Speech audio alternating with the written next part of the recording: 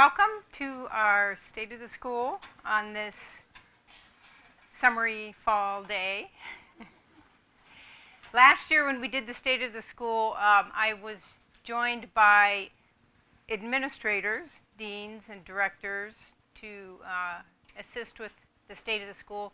This year we're going to flip-flop, and I'm going to be joined by our esteemed department chairs.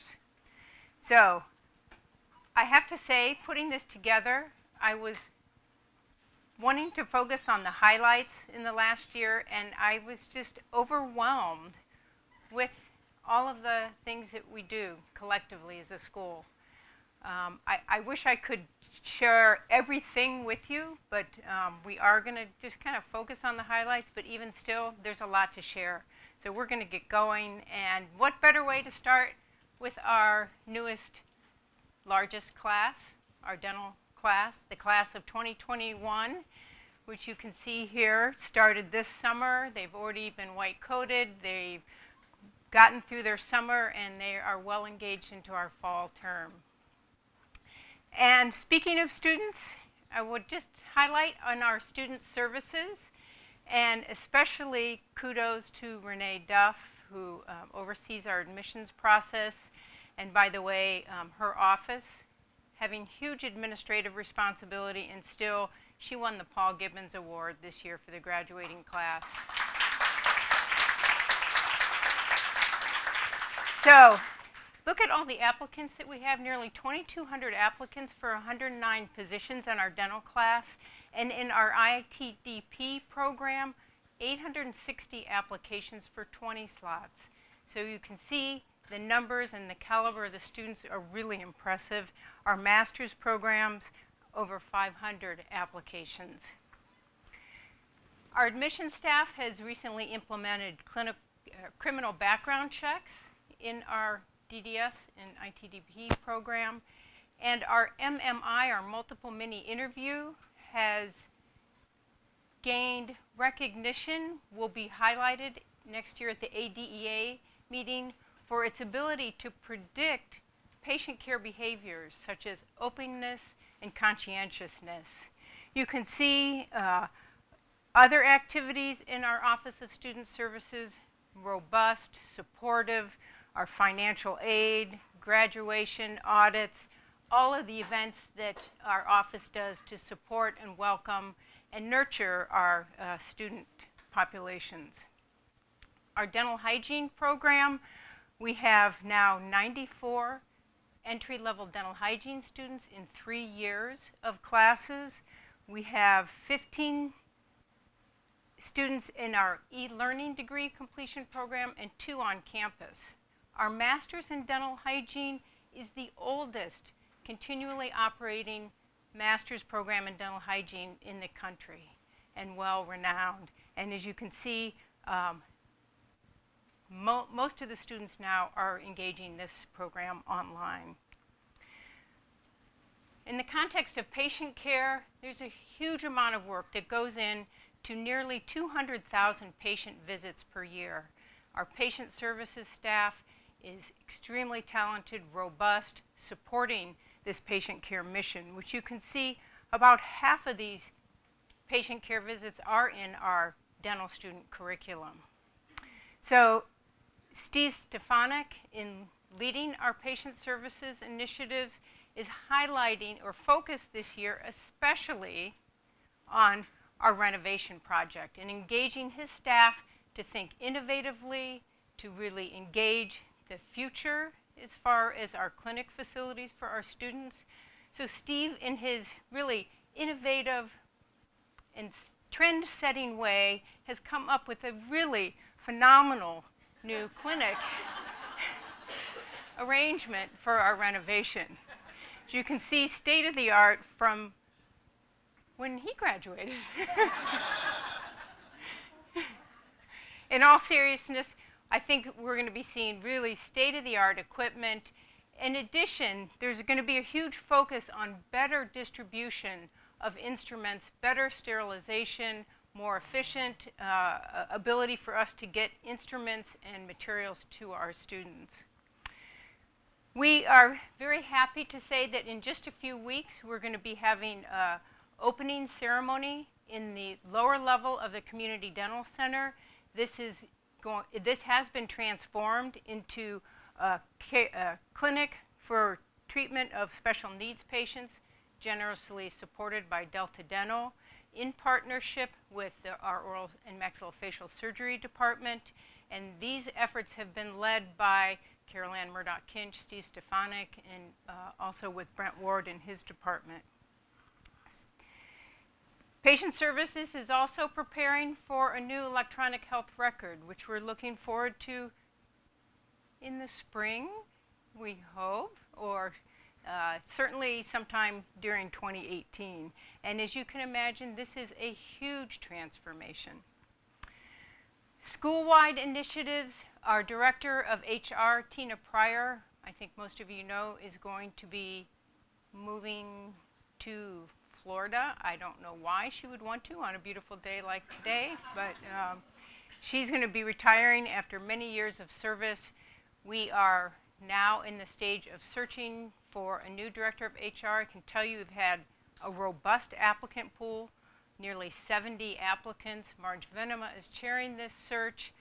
We will be having noon sessions where the final candidates will be coming and presenting to the school. This is a position that impacts everybody in this room. And in fact, our HR has oversight for both our faculty appointments, but 336 staff in the school. And I'm just going to pause and have a shout out to our two newest staff members, Megan Carver, if you'll stand, and POM.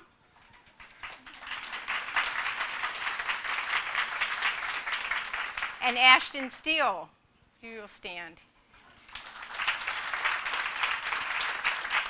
Thank you. Today's Megan's first day. Ashton's first day was last week. Both full-time staff members, Megan and POM.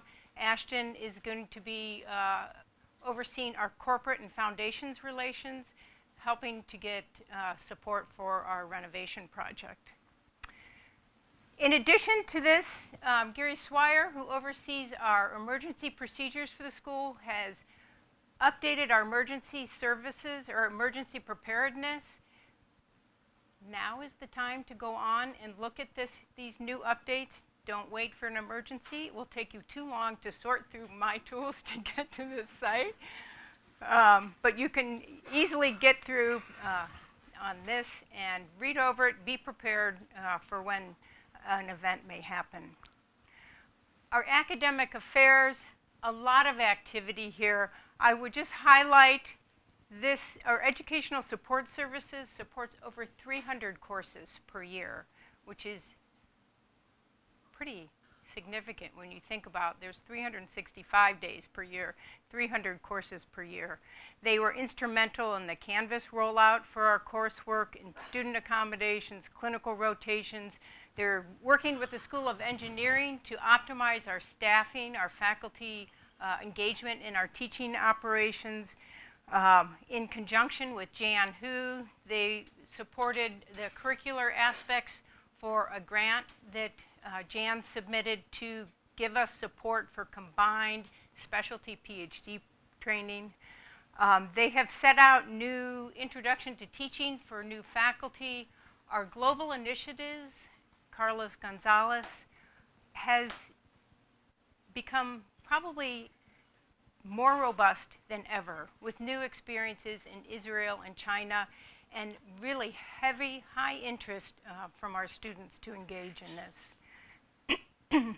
I will also highlight a new program that worked through our curriculum, led by Carol Ann Murdoch-Kinch, a joint DDS MBA program, partnering the Ross School, top of its game in the business world, with the School of Dentistry. This is going to be a 5-year program, and it's not to just simply engage our graduates to be better at running a practice. It's for a small number of individuals who truly want to be leaders in orchestrating the new practice models that our profession is engaged in and will be engaged in the future.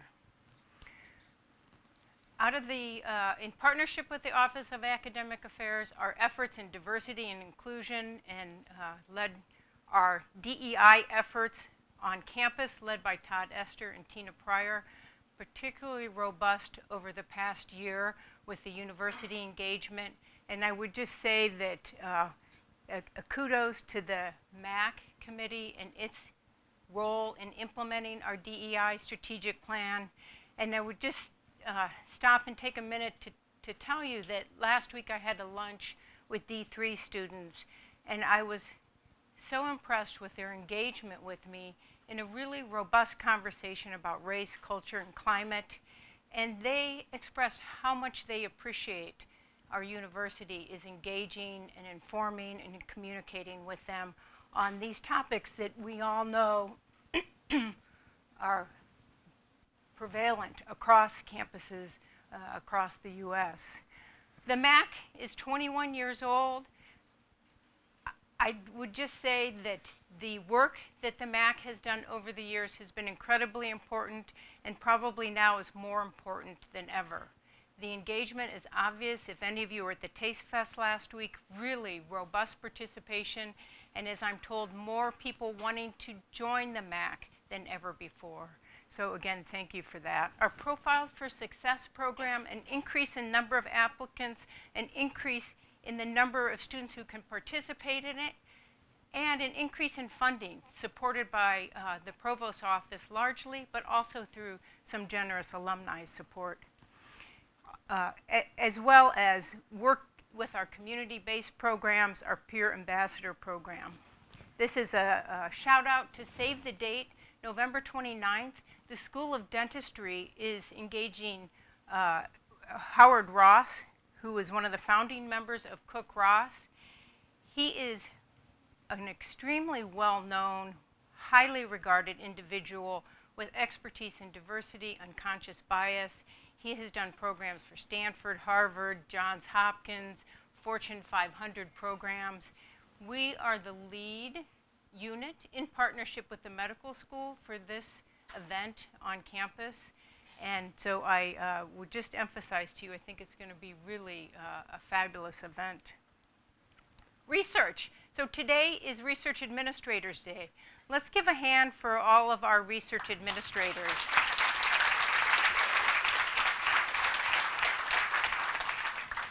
Our Office of Research, led by Russ Teichman, as you can see some of the highlights. This is fiscal year 17, which ended June 30th. An increase in 45% in the dollars submitted in grants, and an increase in over 100% in the dollars coming in or received, the grants awarded in the school for fiscal year 17. And I'm here to say that fiscal year 18 looks even better. 174 publications from the school, 30 of which had impact factors over 5. You can see the new initiatives from the Office of Research, 6 new PhD students, many different events and seminars and training for our faculty, several awards over the last year that were over $1 million, including RO1s, our Regenerative Medicine Resource Center, some new awards that came about through our Research Day, as well as a Hatton first place winner at the AADR meeting.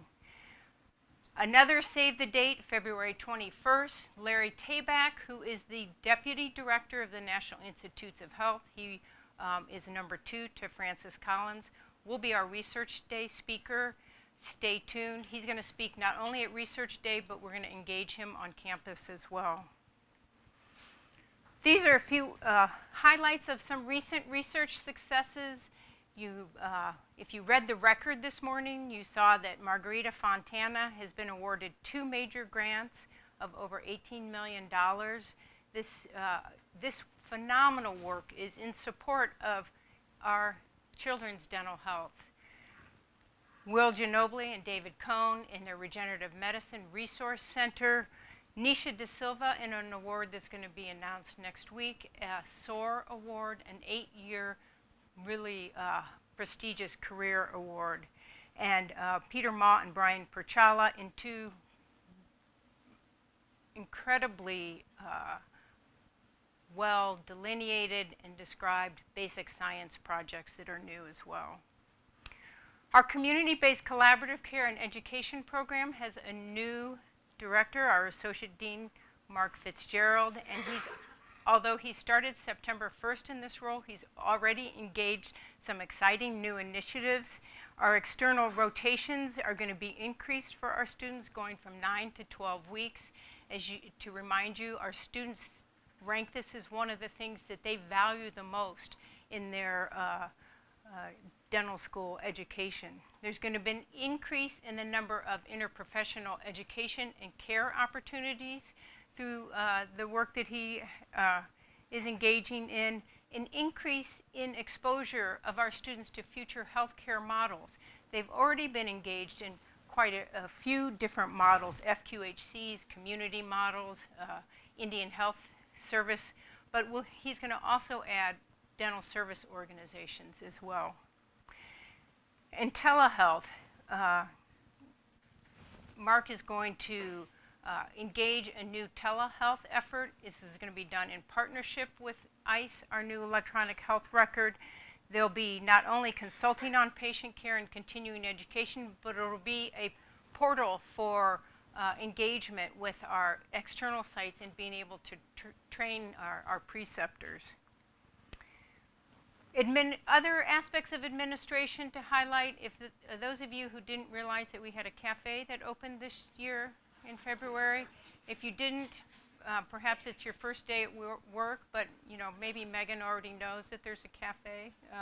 It was really highly successful. The community has been extremely laudatory, not only from those of us who work here, but our patient populations as well.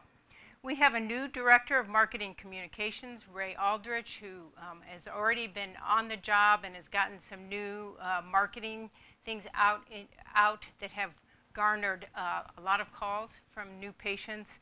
And our associate director, Lynn Monson, who is a really awesome writer, in case you haven't been reading some of the recent articles that he's put out, has been very effective at getting our news into the university news.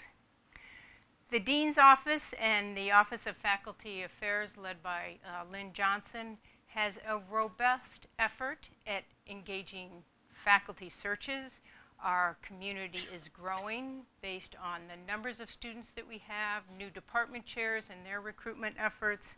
We had 6 promotions, all 5 departments engaged in promotions and appointments, and a new exhibit in our Syndicuse Museum. We're getting ready to embark on a new renovation project for the school. That's not new news for you, but I just summarized kind of the timeline here.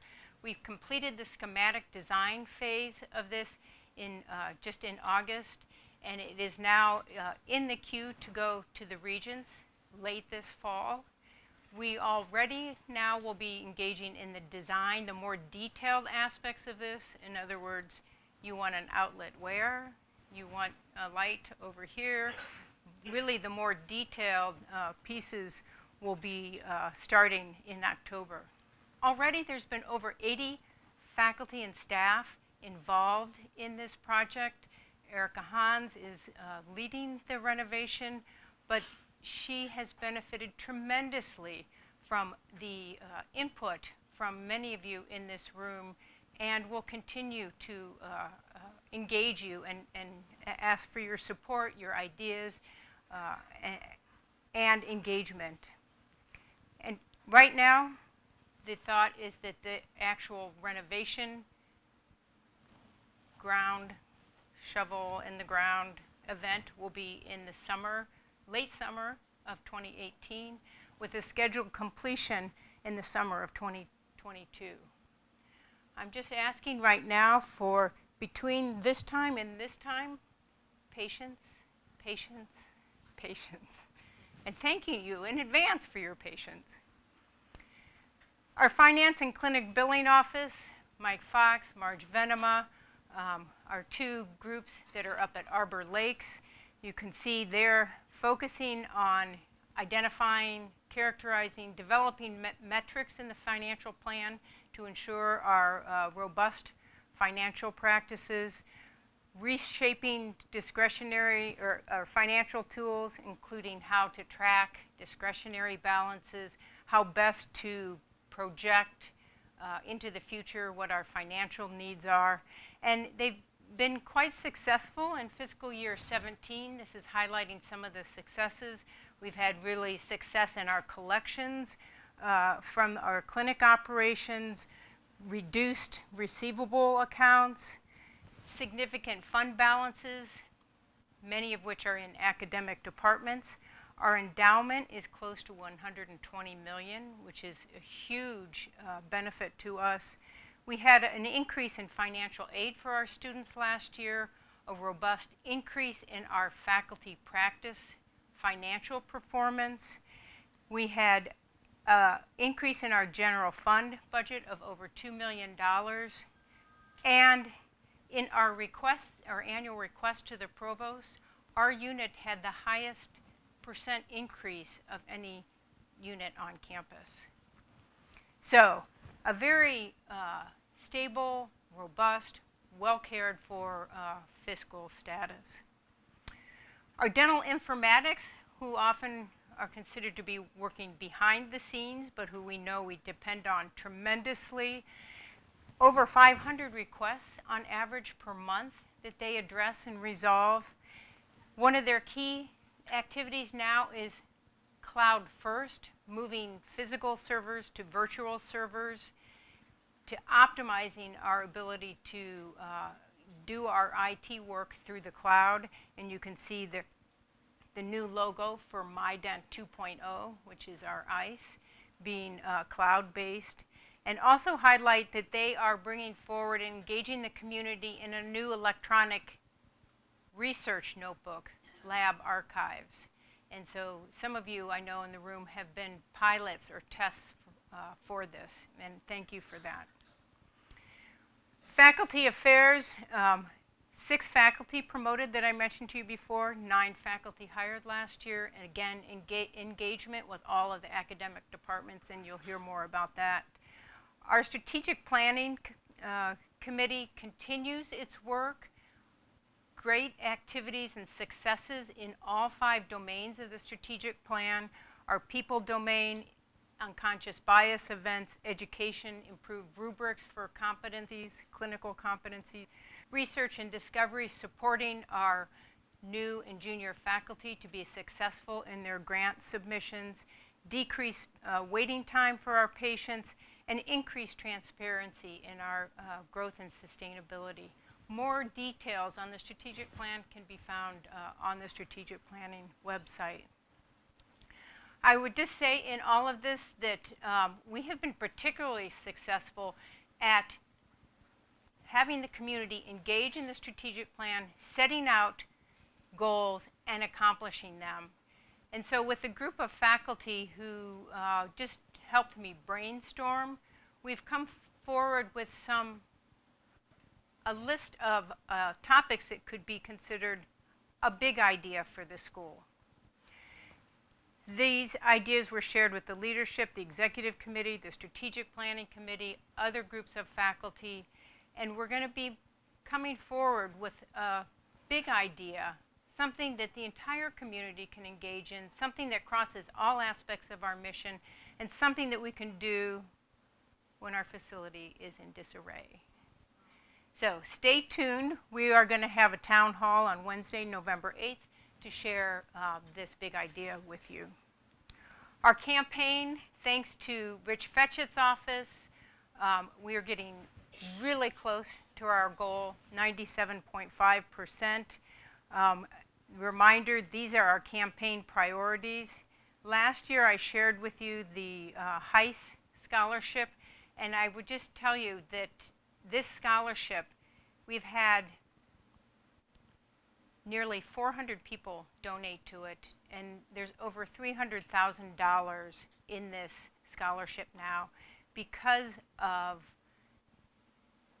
not only who the HISAs are, but the community really wanting to come together to support student scholarships. So any of you who have supported this, I thank you for that. One last comment for me, this is this week, a celebration of a new professorship. Dr. Carol Ann Kinch is the Walter Swartz Professor of Integrated Special Care Dentistry. Walter Swartz was a faculty member who, by the way, was a phenomenal teacher and received the Paul Gibbons Award in his day. This was a new professorship that was established by Tim and Lori Wadhams. Walter Swartz was Lori Wadham's father. So this Wednesday, 3:30, there will be a seminar and then a reception, and I hope you can all be there. So now let's move to our department presentations, and we will start with our interim chair, Dr. Robert Bradley of Biologic and Material Sciences.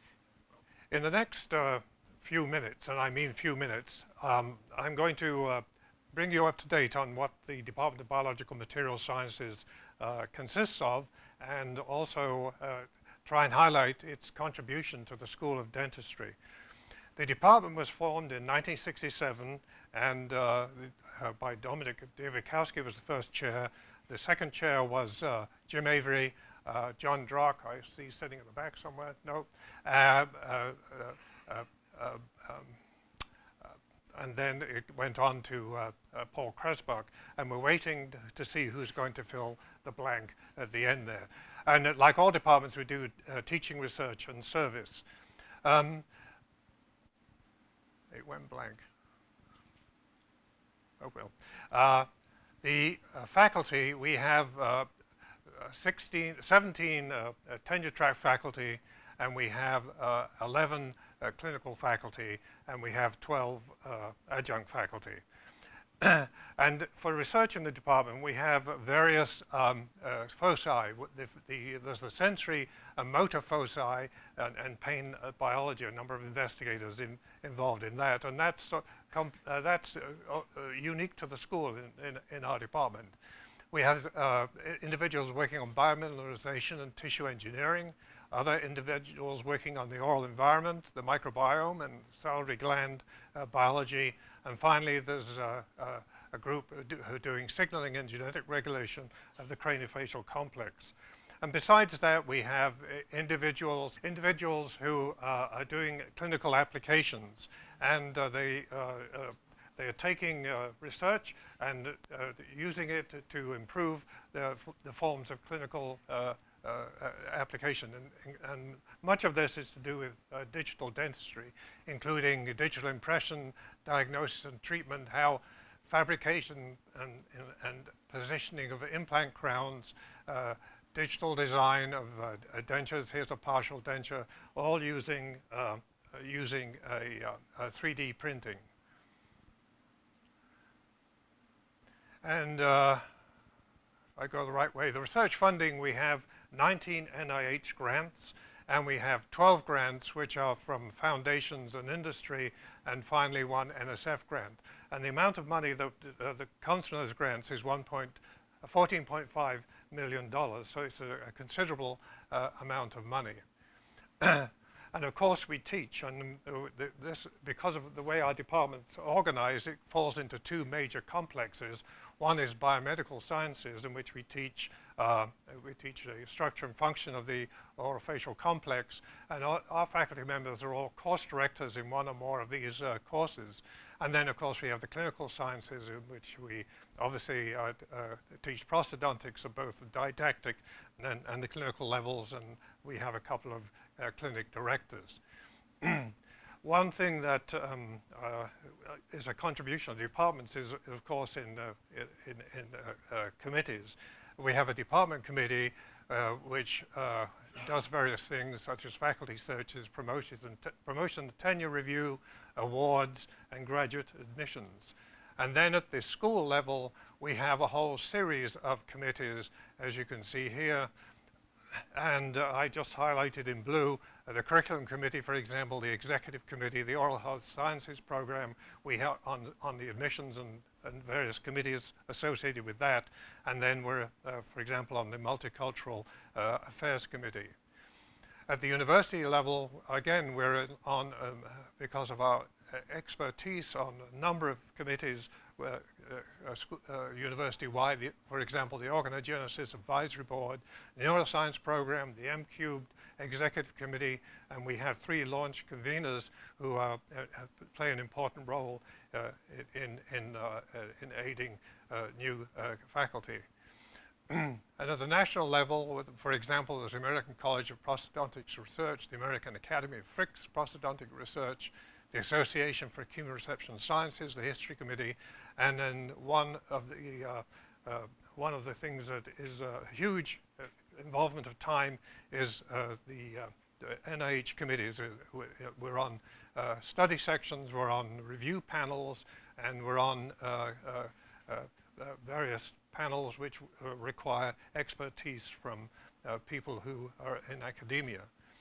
We also, of course, mentor students. We have 8 students in the PhD, OHS PhD program, and they are in various labs under various people. But there's also undergraduate students come in the labs.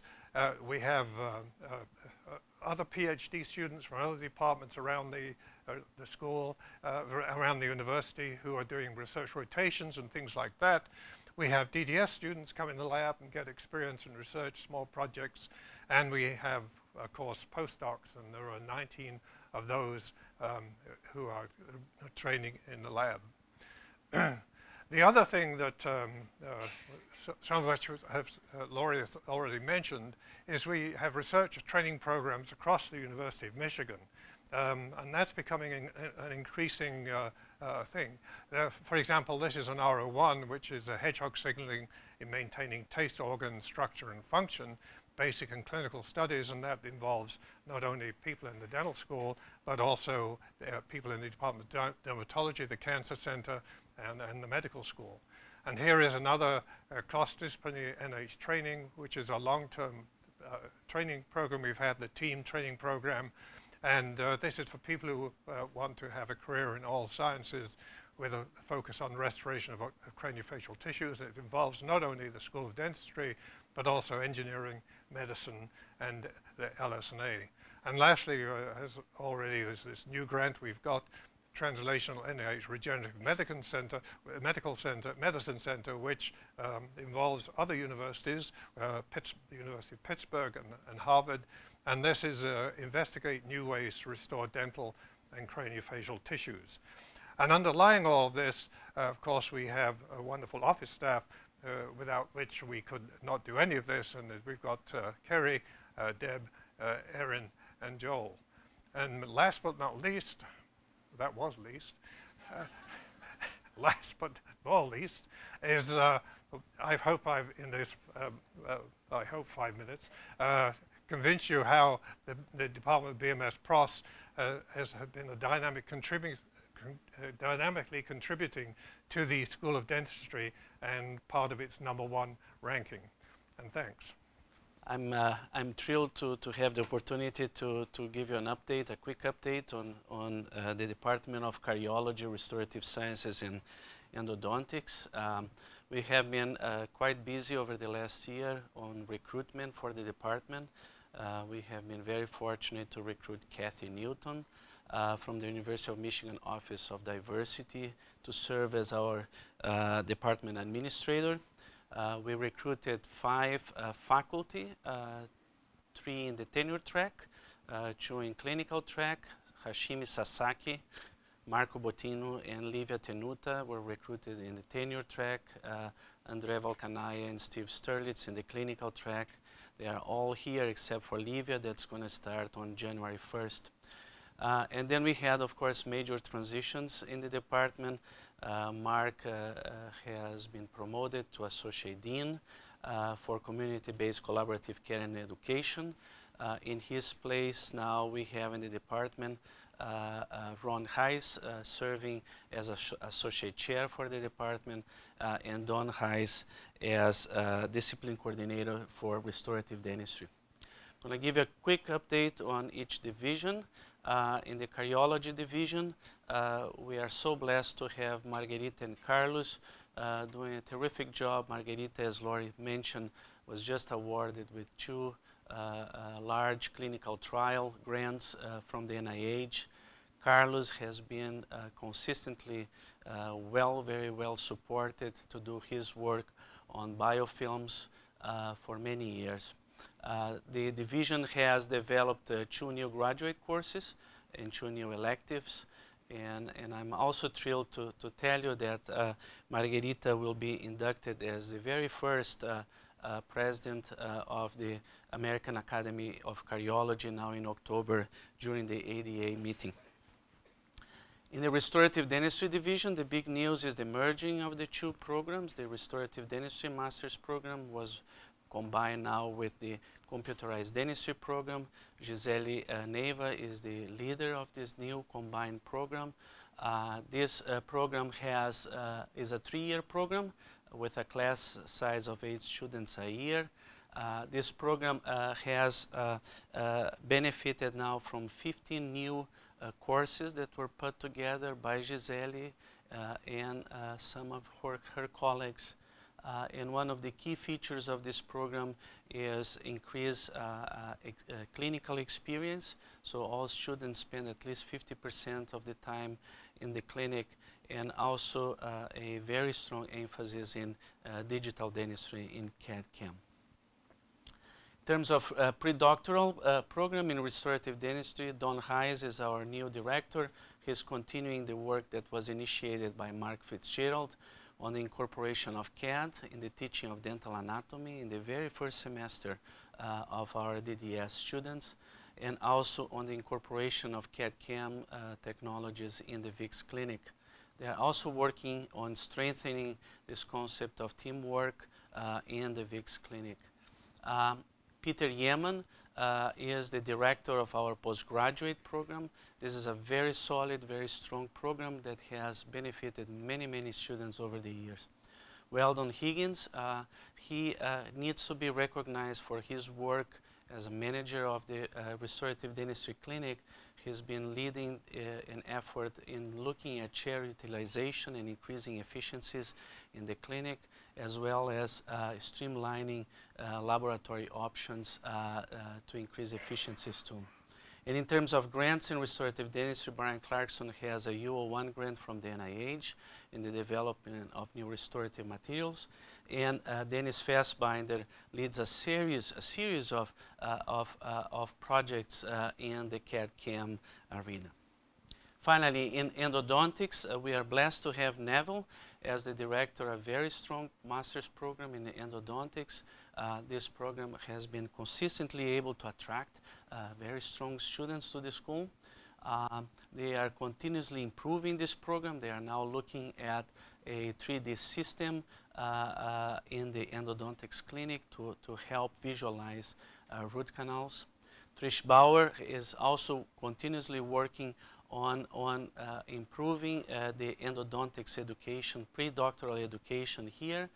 She's looking at a new technique, a reciprocation instrumentation for root canals, and she is expecting to introduce this new technique in 2018. Tatiana Botero put together a new postgraduate program in endodontics last fall. She's been able already to recruit students for this program. She developed this new curriculum. And Andrea Moorfield is doing an absolutely fantastic job in the clinic, looking also at chair utilization initiatives, as well as initiatives to increase patient compliance. In terms of research, some of our endo students received some major awards from the European Society of Endodontology, also AAE. We had several peer publications in endo.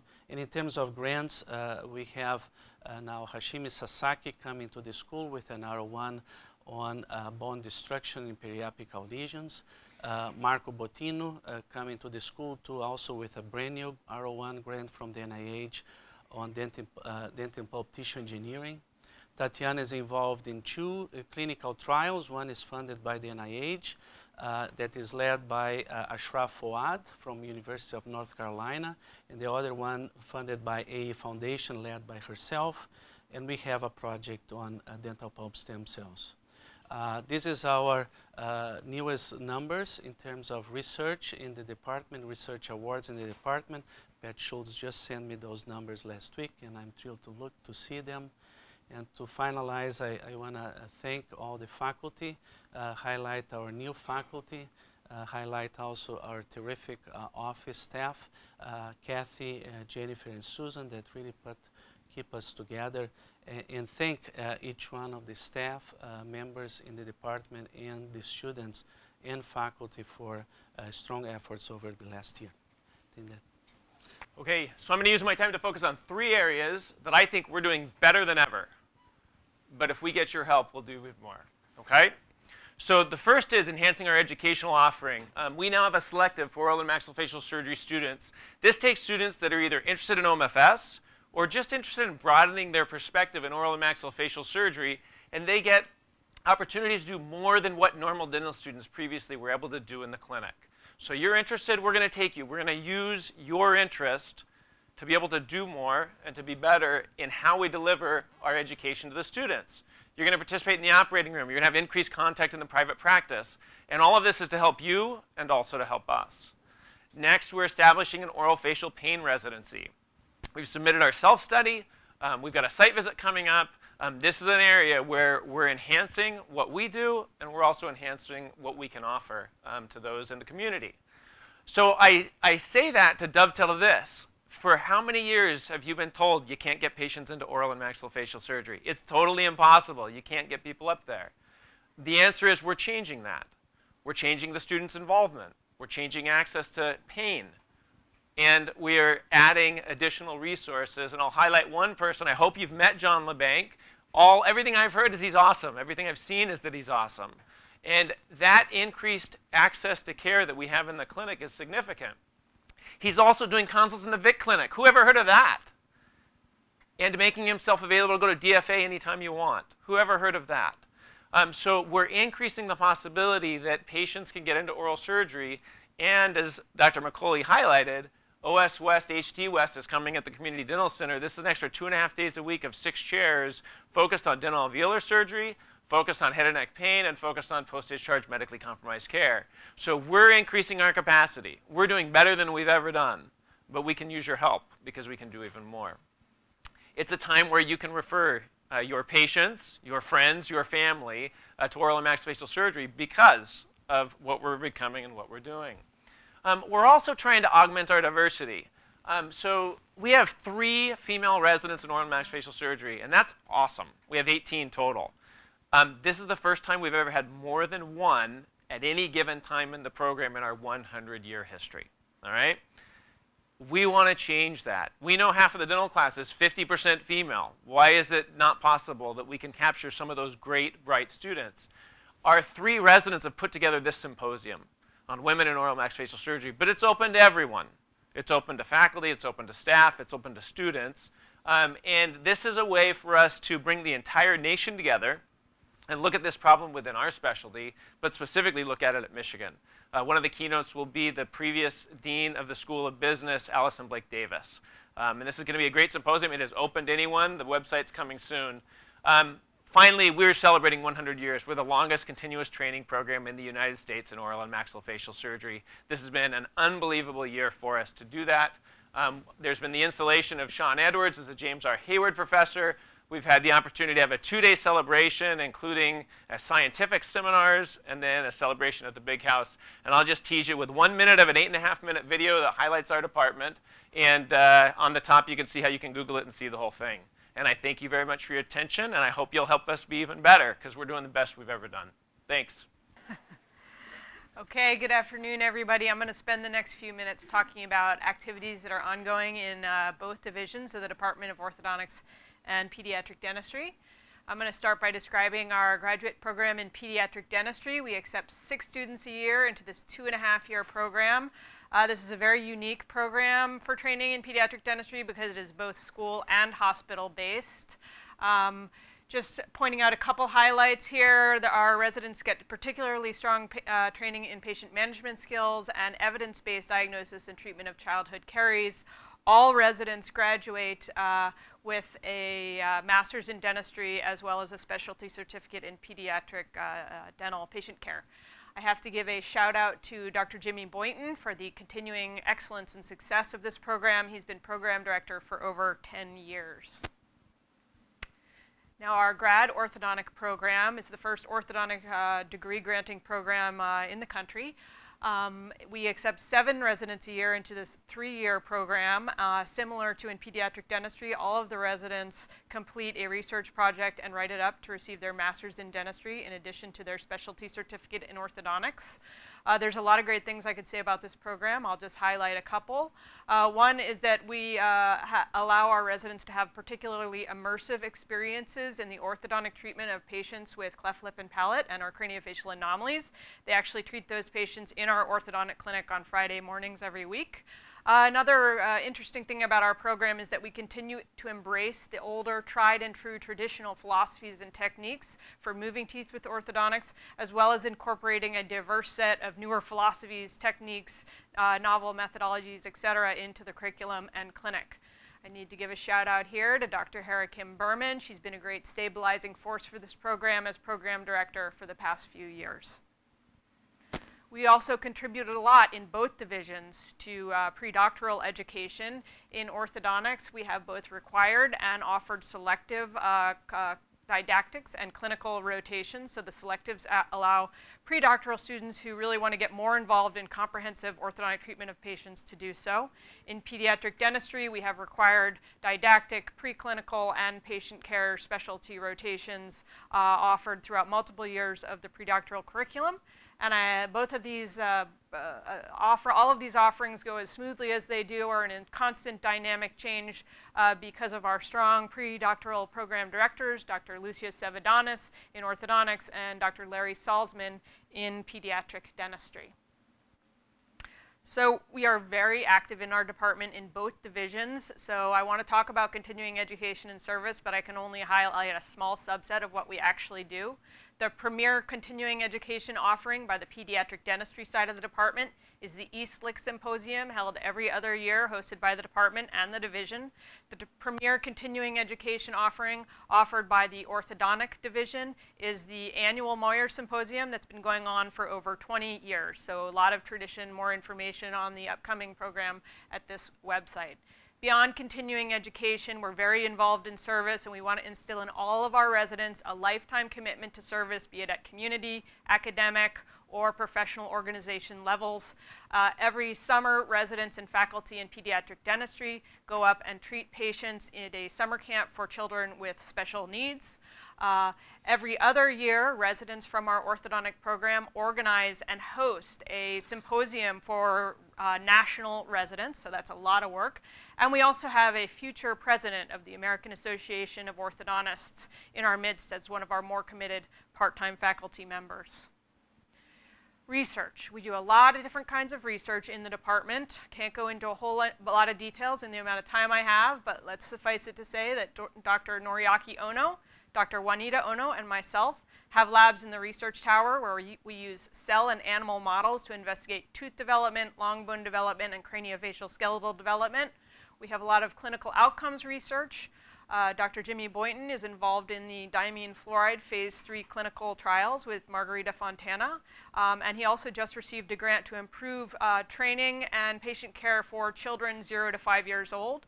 Dr. Lucia Donis looks at orthodontic treatment outcomes using her 3D image analysis lab, which is on the 2nd floor of Kellogg, right over here. Dr. Hara Kim Berman, our orthodontic program director, is interested in investigating virtual reality as a way of enhancing student learning. And Dr. Harneet Gruel is very invested in investigating interprofessionalism as a way to improve resident training and patient care. So all of our faculty are very engaged in some very interesting research projects. Our students also have great success in their research. So they don't just check boxes to get their master's in dentistry. They do real strong research projects, write it up, and contribute to the literature to help move our profession forward. This is well evidenced by the fact that between the 2 divisions, we have won 13 resident research awards in the last 5 years. That's a lot of resident research awards. So they do a great job and work very hard. I'll finish on this slide. I could spend an hour talking about this slide, right? So really the most important thing in our department is that every single member of the department, be it student, faculty, or staff, is valuable and contributes a lot of hard work and effort and positive attitude towards making things run well. And I'm an old school New Englander, so I don't believe that hard work and happiness are mutually exclusive. I actually believe they're synergistic, and so we try and have a good time along the way. Thank you so much for staying at the end of the session. I'm acting chair of the POM department, Periodontics and Oral Medicine. I'm very honored to present some introduction and update in the department of POM, which is a wonderful department. So our chair is Dr. William Ginobili, and we have some divisions in the department, Periodontics Division, Oral Pathology Medicine, Radiology, Dental Hygiene Division, and then Research Program, Basic and Clinical Sciences. So to begin with Periodontics pre-doctoral program, Dr. Jeff Wang just recently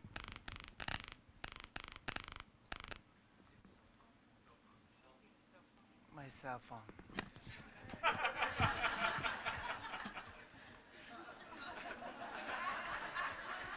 Okay, so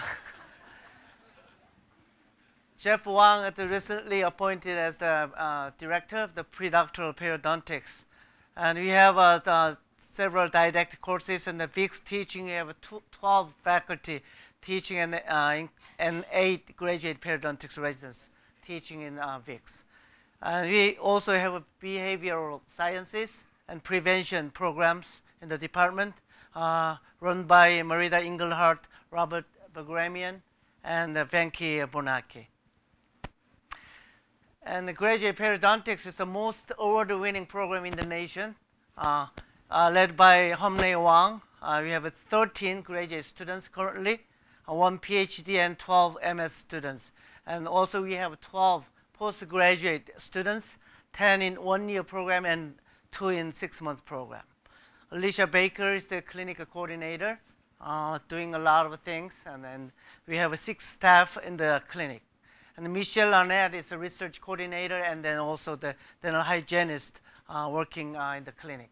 And we also have 3 part-time hygienists in graduate periodontics. So teaching faculty, we have 8 full-time faculty teaching 6.5 day clinical teaching, and 6 part-time and 10 adjunct faculty.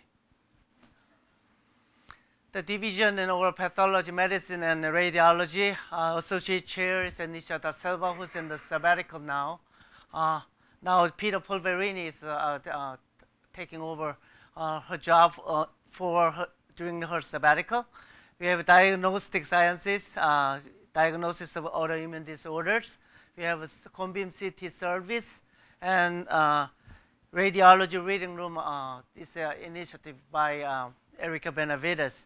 We also have a biopsy service, very active biopsy service. There are a lot of data to present, but due to the time limitation, I did not include that.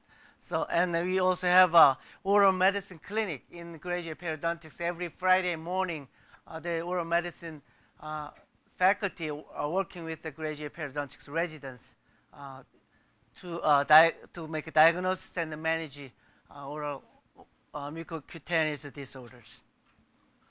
Dental Hygiene Division, the director is Jenny Kinney. She's just recently approved for the renewal of the next 2nd term for 5 years as the director of the Dental Hygiene Division. I congratulate her a lot. An entry-level program, Dr. McCauley presented already about the number of students. We have a degree completion program and a Master of Science in Dental Hygiene program. And the faculty and students have received multiple awards. There are multiple scholarships available for dental hygiene students. And the POM Research, I will briefly introduce each lab in the department. Rennie Franceschi is the director of the research program in the Department of Periodontics and Oral Medicine. We have a basic translational research, Christian Scarais epithelial regeneration and disease. Rosario Castillo is doing a laboratory of epithelial biology. And Nisha Da Silva is focused on head and neck cancer. Daniel Kegler, clinical stem cell therapy and characterization, and also bone tissue engineering. Ross Teichmann, the Associate Dean for the research, his research focus is on cancer stem cells, hematopoietic stem cell niche. And William Ginobili, gene therapy, periodontal regeneration, and regenerative medicine, and so on. So lastly, and maybe most importantly, Dr. McCauley, her research focus in hormonal controls of bone remodeling, parathyroid hormone and parathyroid hormone-related proteins. And also, the Department of POM is doing clinical trials. So we actively recruiting subjects who need treatment for periodontitis or peri-implantitis. Peri-implantitis is the gum disease around dental implants. So we are looking for subjects for these clinical trials. So Sept, chip study, laser study, and also mucosa thickness implant study. And POM Research just for 1 year, last year, the funding, 41 active grants, approximately $20 million, including 11 new awards. It's highlighted by new U24 award, almost $12 million, supporting Michigan Regenerative Medicine Center. PIs are Dr. Ginobili and David Kahn. So publications for the last year, more than 100 papers published. And I would like to announce that we have a wonderful program symposium. There will be on June 14th to 16th. We host this every other year. So we have a tremendous success in 2016. So we are looking forward to another tremendous success in 2018. Please save your date to consider attending this symposium. Thank you so much. We don't become the #1 dental school simply because of publications or teaching or any one particular thing that we do. It's really the commitment and collaboration of our entire community. So I would just thank all of you for all you do every day to make us #1, and enjoy the rest of your day.